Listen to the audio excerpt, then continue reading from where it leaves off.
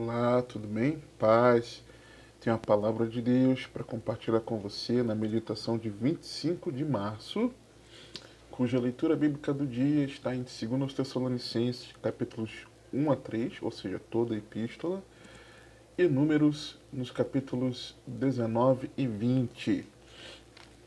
Números trazem ensinamentos importantes, como por exemplo a questão da novilha vermelha, que muitos no judaísmo têm aguardado para fazer o sacrifício por meio do qual, pelo sangue, haveria purificação dos sacerdotes para então voltarem a todo o rito sacerdotal. E aí umas possíveis novilhas vermelhas começaram a surgir nos últimos anos. Vemos também depois, né, no outro capítulo, vemos ali a questão de Moisés ferindo a rocha a segunda vez. Mas eu já falei bastante sobre no primeiro momento, quando ele feriu no primeiro momento e as águas jorraram, né, dizendo que por que Deus mandou ele falar e não ferir a rocha mais uma vez? Porque Cristo apontava para a rocha, né? 1 Coríntios nos diz isso. Cristo é a rocha. E Jesus fala, né? Quando ele faz menção no ápice de uma das festas, João no capítulo 7, Jesus ele declara isso, que apontava para ele, né? Dele jorraria água. Então ele é a rocha, e ferir a rocha significa que a rocha foi ferida, a rocha foi sacrificada. Então ferir novamente a rocha é querer sacrificar novamente o Senhor. Então já falei bastante a respeito, e o texto que o Senhor colocou no meu coração para compartilhar contigo é sobre capítulo 2 de 2 Tessalonicenses, versos 13 e 14.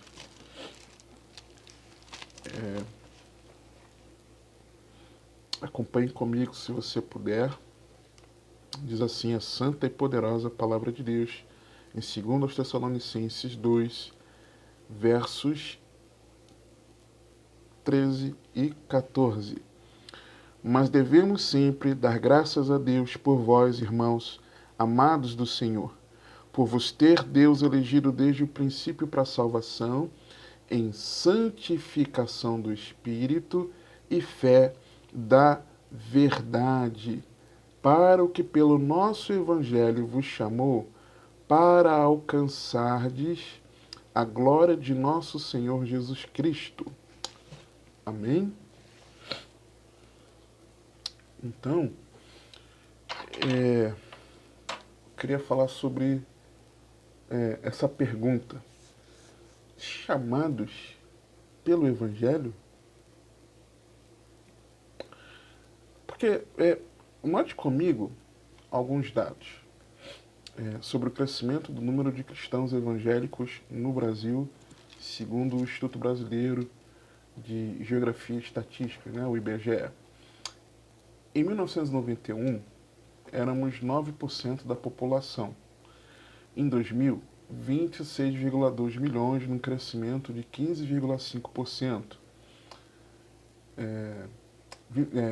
correspondendo a 15,5% da população. Em 2010, 42,3 milhões. 2010, 12 anos atrás, tá? Correspondendo a 22,2% da população. Ou seja, aumentou 3 vezes, triplicou na última década do século passado. Né? Que se você tinha em 91 9% e em 2010 22,2%, a quantidade ela aumentou consideravelmente. Aumentou 62% na primeira década do século 21. E estima-se que desses, 10% não sejam praticantes. Existe uma pesquisa do Datafolha, não mais IBGE, de 2020, que esse número corresponderia a 31% da população. Em 2021, o IBGE colocou que nós temos 200,13,3 milhões de brasileiros.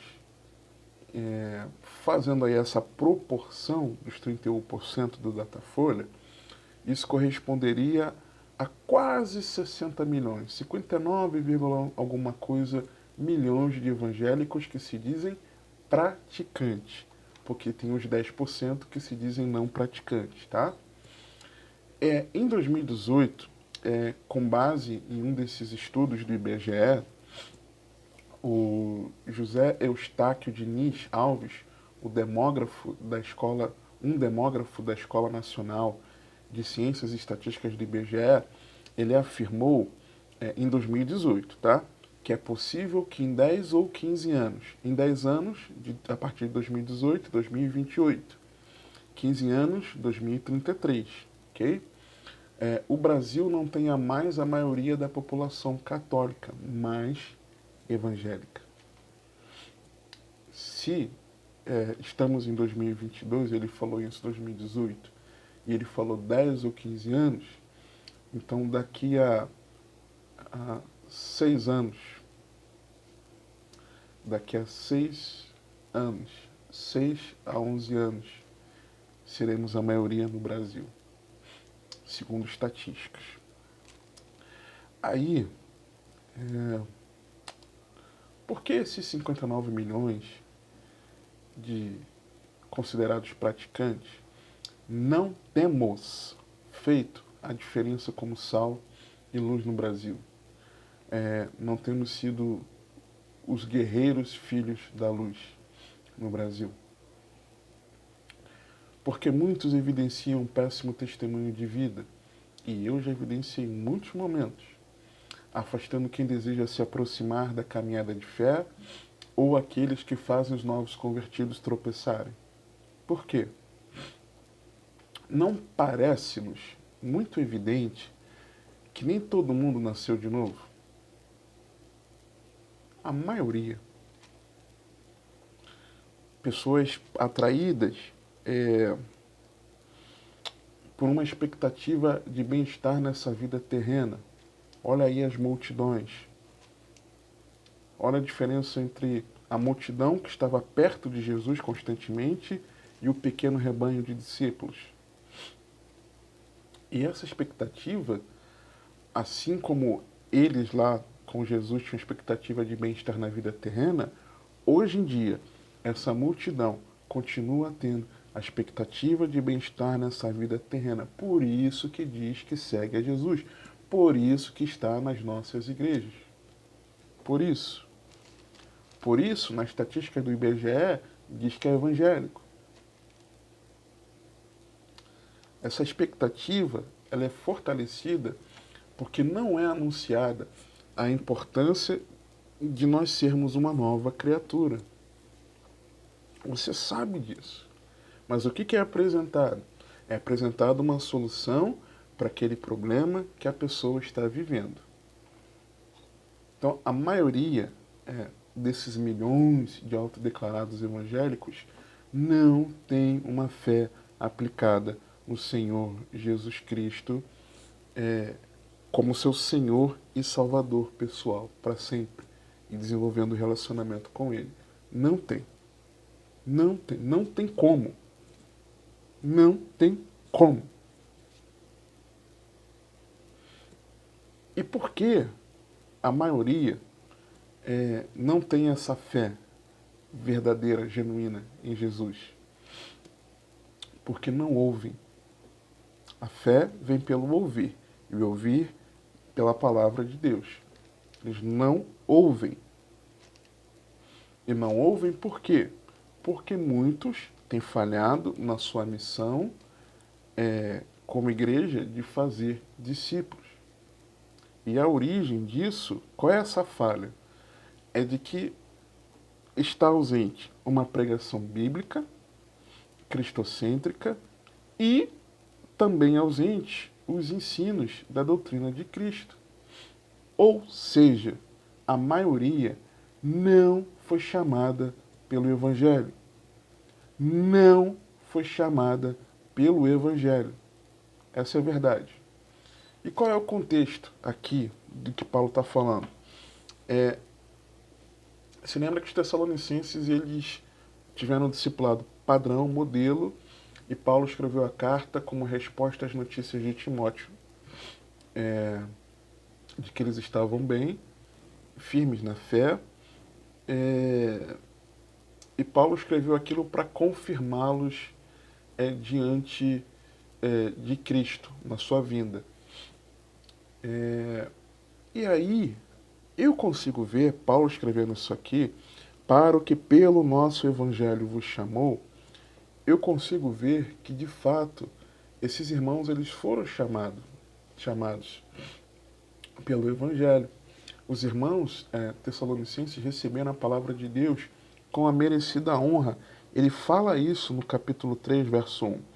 No demais, irmãos, rogai por nós para que a palavra do Senhor tenha curso e seja glorificada como também o é entre vós. Eles honravam a palavra de Deus. Lá na primeira epístola, no capítulo 2, o verso 13 diz isso. Por isso também damos sem cessar graças a Deus, pois havendo recebido de nós a palavra da pregação de Deus, a recebestes não como palavra de homens, mas segundo é na verdade, como palavra de Deus, a qual também opera em vós os que crestes. Então, eles receberam a palavra com a devida honra, com certeza da verdade, convencidos pelo Espírito Santo, transformados pelo seu poder. O capítulo 1 de 1 Tessalonicenses deixa isso muito claro. Nós vemos ali uma transformação genuína desses irmãos. Eles abandonaram práticas pecaminosas, andavam com Deus, tinham foco na eternidade. Era evidente. Sem falar, Paulo menciona no início do capítulo 1 da primeira epístola, uma fé atuante, um amor dedicado, a esperança que eles tinham, a alegria, mesmo em meio à adversidade, o exemplo que eles davam a outros irmãos e da fé em Cristo que podia ser testemunhada. Foram chamados pelo Evangelho ou não? Foram. Pelo Evangelho. Só que, será que nós fomos chamados pelo Evangelho? Porque, olha, preste atenção. Algo interessante no versículo 13 que Paulo diz aqui. Mas devemos sempre dar graças a Deus por vós, irmãos, amados do Senhor, por vos ter Deus elegido desde o princípio para a salvação, em santificação do Espírito e fé da verdade. Num primeiro olhar, alguém poderia se equivocar e dizer assim: então Deus elegeu desde o princípio aqueles que vão ser salvos. E não é isso que o texto está dizendo. E eu não vou entrar aqui na polêmica de Deus ter escolhido alguns para a perdição e outros para a salvação, porque essa não é verdade. Já falei isso em vários outros vídeos, mas não é o foco aqui da nossa reflexão. Mas não, Deus não. Lê toda a Bíblia, que você vai compreender que os salvos serão aqueles que perseverarem na fé, que corresponderam ao chamado do Evangelho. E é isso que Paulo está dizendo aqui. Deus ter elegido desde o princípio para a salvação em santificação do Espírito. Ou seja, o que Paulo está falando? Que ele vê que aqueles irmãos são eleitos de Deus porque esses irmãos têm características daqueles que serão salvos. Que características? Daqueles que são santificados pelo Espírito e que têm fé na verdade. Salvo é quem tem fé na verdade e anda em santificação do Espírito. Em santificação, a evidência da santificação do Espírito e da fé da verdade mostra que aqueles irmãos receberam o Evangelho. É isso que ele está dizendo. É diferente. E aí, olha para a tua vida. Olha como eu preciso olhar para a minha vida. A, a, a nossa vida demonstra uma vida de santificação, de fé, na verdade. Porque o que Paulo está dizendo, né, no versículo 14, para que pelo nosso evangelho vos chamou para alcançardes a glória de nosso Senhor Jesus, é que nós fomos chamados à eternidade, para andar com Deus em santificação e fé, mediante a nossa exposição ao Evangelho. Exposição ao Evangelho. É para alcançardes a glória. Não é que já tenha alcançado. Chamou para alcançar, mas não está dizendo que já alcançou. Por isso que o próprio Paulo dizia que ele não considerava que ele já tinha alcançado, mas ele prosseguia para o alvo. Por quê? Paulo se considerava um eleito? Não. É tão óbvio isso de ler na Bíblia, né? É tão simples de se entender. Só que nós agimos como se, eu disse sim para Jesus no culto, agora eu sou de Cristo. E não é. Não é assim.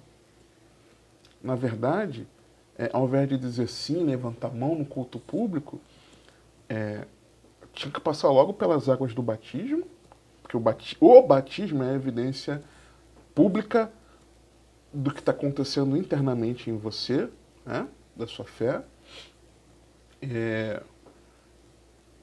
Você tinha que se arrepender dos seus pecados, caminhar como Cristo nos ensinou, em fé, esperança, em amor.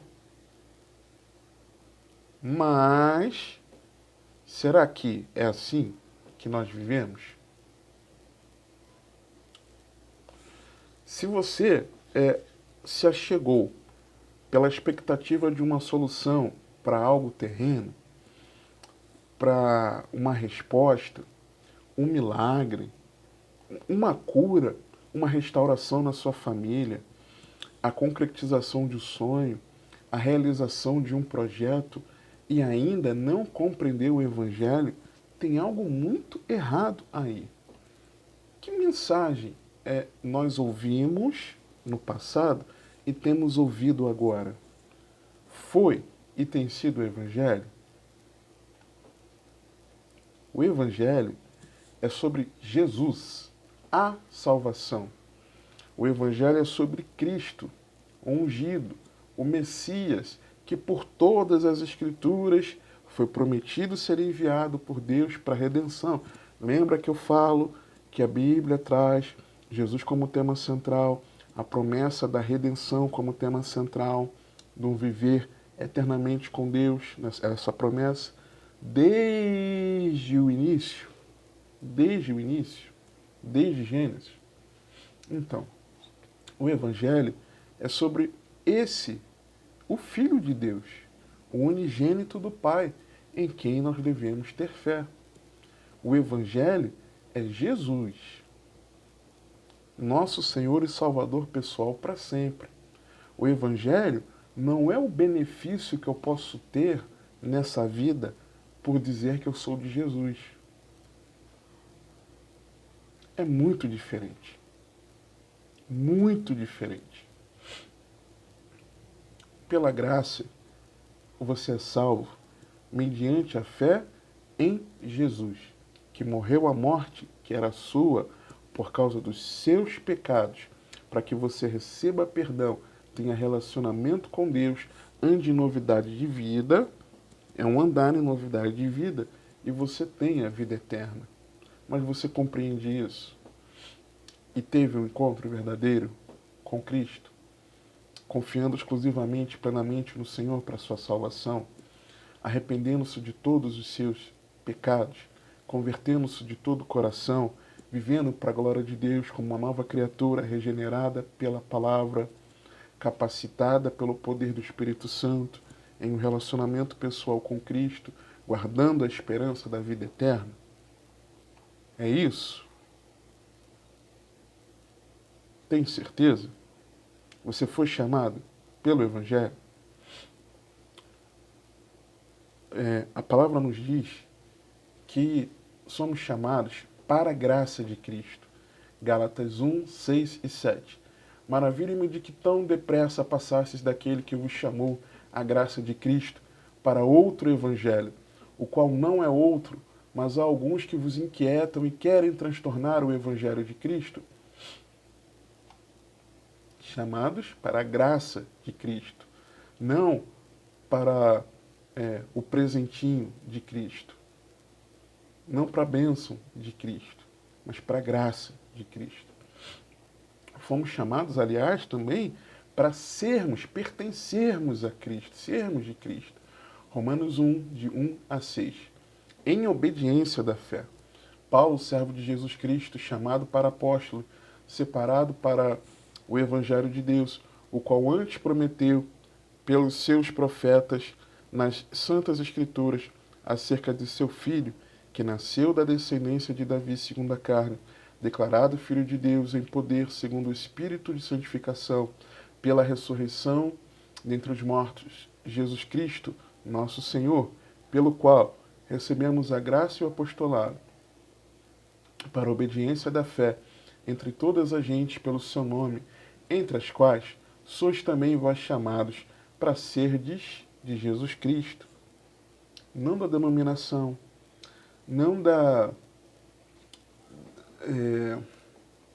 linha teológica doutrinária, não para ser do pastor, não para ser da instituição, não para ser do seu ministério pessoal na obra de Deus, mas para ser de Jesus.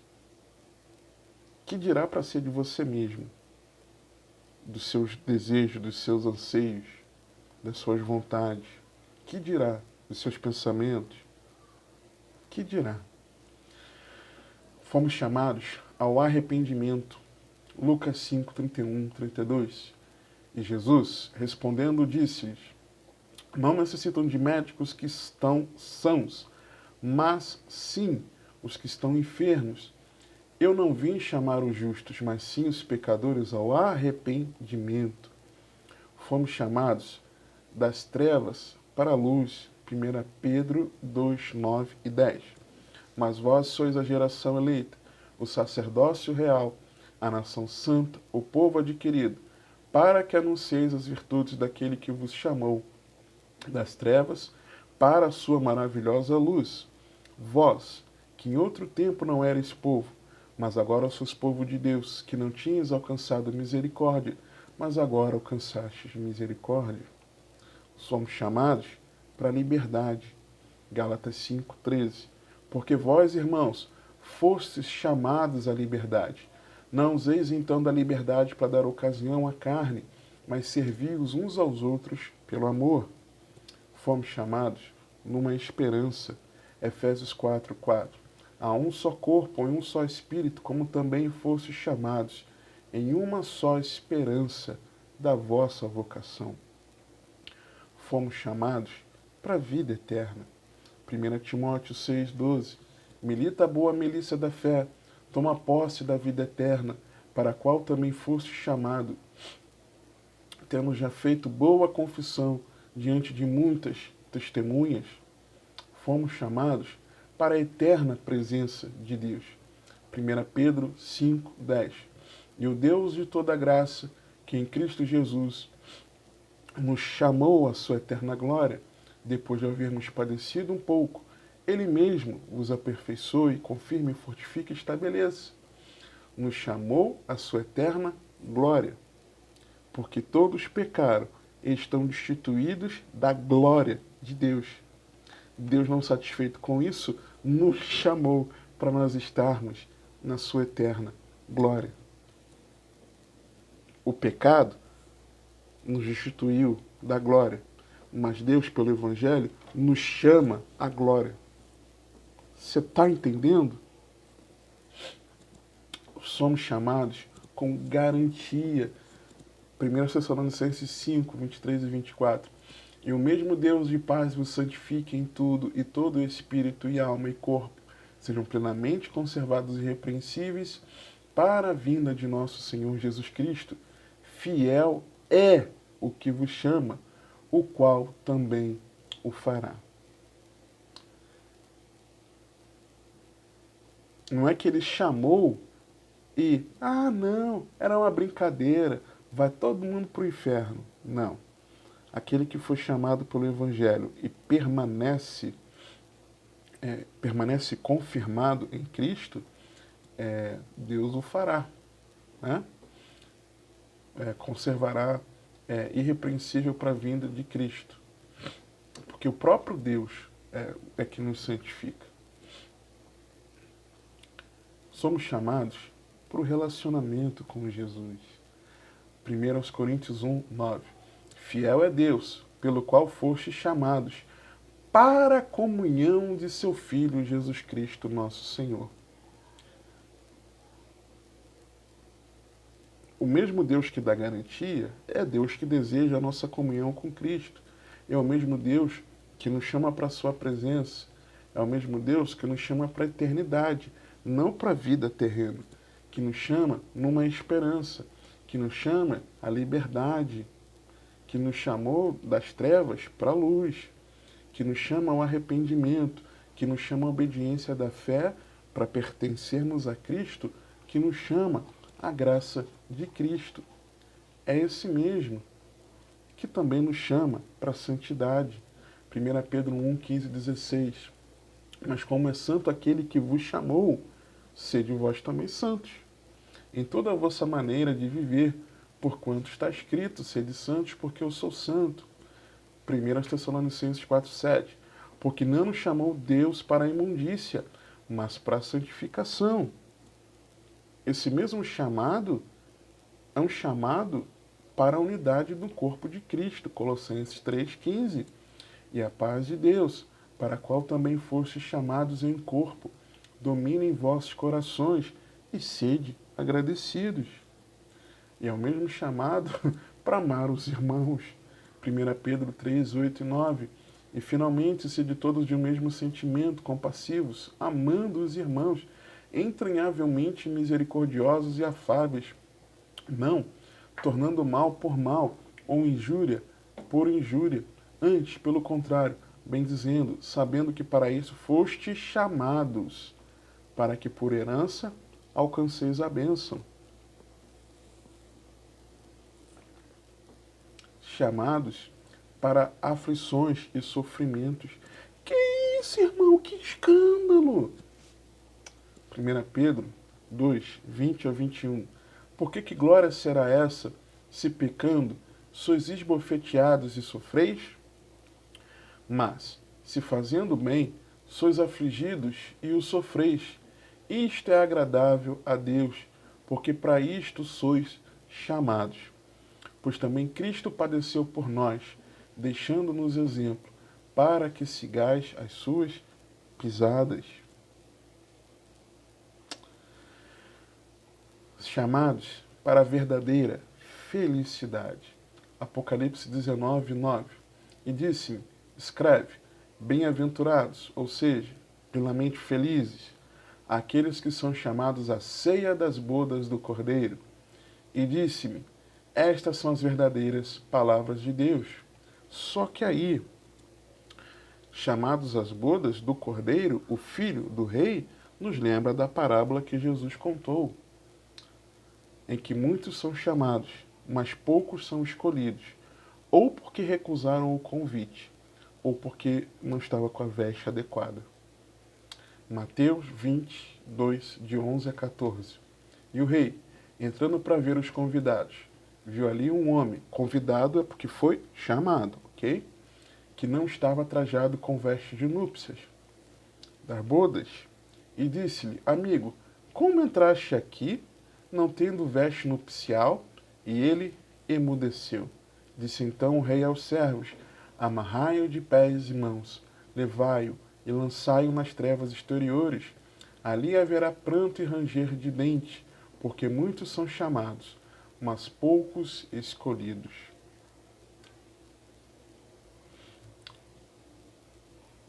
Só que esse chamado ele é gratuito, aberto e ainda está disponível. Apocalipse 22, 17. E o Espírito e a noiva dizem: vem. E quem ouve, diga: vem. E quem tem sede, venha. E quem quiser, tome de graça da água da vida. O Senhor está te chamando pelo Evangelho a você entregar a sua vida a Cristo Jesus. De verdade. De verdade. Então, eu vejo aqui no texto o que precisamos fazer. Em primeiro lugar, é nós crermos no Evangelho. Versículo 14. Para o que pelo nosso Evangelho vos chamou, para alcançardes a glória de nosso Senhor Jesus Cristo. Creia no Evangelho. Marcos 11, 1, 14 e 15. E depois que João foi entregue à prisão, veio Jesus para a Galiléia, pregando o Evangelho do reino de Deus e dizendo: o tempo está cumprido e o reino de Deus está próximo. Arrependei-vos e crede no Evangelho. Arrependa-se de todos os seus pecados e creia na mensagem da cruz. Creia no Evangelho. Segundo, fique firme. Versículo 15. Então, irmãos, estai firmes. Vejo isso na parte A do versículo. Colossenses 2, 6 e 7. Como, pois, recebestes o Senhor Jesus Cristo, assim também andai nele, arraigados, enraizados, e sobreedificados, edificados nele, e confirmados na fé, assim como fostes ensinados, nela abundando em ação de graças. Terceiro, primeiro, creia no Evangelho, arrependido dos seus pecados. Segundo, fique firme nessa mensagem, na fé. Terceiro, guarde a palavra. Parte B do versículo 15. E retende as tradições que vos foram ensinadas, seja por palavra, seja por epístola nossa. Ou seja, permaneça nos ensinos de Cristo. Seja pela exposição de alguém ali, uma pregação, um ensino por palavra, ou pela leitura, pela meditação. Seja ouvindo uma reflexão como essa, ou ouvindo a pregação, ou o ensino bíblico na igreja, ou seja pela sua própria meditação na palavra de Deus. 2 Timóteo 3, 14 a 17. Tu, porém, permanece naquilo que aprendeste e de que foste inteirado, sabendo de quem o tens aprendido, e que desde a tua meninice sabes as sagradas escrituras que podem fazer-te sábio para a salvação pela fé que há em Cristo Jesus. Toda a escritura é divinamente inspirada e proveitosa para ensinar, para redarguir, para corrigir, para instruir em justiça, para que o homem de Deus seja perfeito e perfeitamente instruído para toda a boa obra. Creia no Evangelho arrependido dos seus pecados. Fique firme na fé e guarde a palavra. Isso é ter sido chamado pelo Evangelho. Concluindo, quando nós permanecermos firmes no Senhor, tendo crido no Evangelho, guardando a palavra, o próprio Deus, que tanto nos amou, porque Deus amou o mundo de tal maneira que deu o seu Filho unigênito para que todo aquele que nele crê não pereça, mas tenha vida eterna. Esse mesmo Deus, ele nos consola e nos conduz a vivermos para a sua glória. Nos consola das aflições que passamos aqui, nos mostrando a eternidade, sabe? Implantando a eternidade em nosso coração, nos trazendo com um consolo de que aqui as aflições são leves e momentâneas, vai passar, e nos capacita a nós vivermos para a sua glória. Verso 16 e 17. E o próprio nosso Senhor Jesus Cristo, e nosso Deus e Pai, que nos amou, e em graça nos deu uma eterna consolação e boa esperança, console os vossos corações e vos confirme em toda boa palavra e obra. Chamados pelo Evangelho? Muitos não. Muitos não. Mas você tem ouvido o Evangelho para a glória de Deus e você não pode mais ser tido por inocente. Que o Senhor te abençoe e te guarde. Que Ele te conduza e governe a sua vida, porque você tem acesso.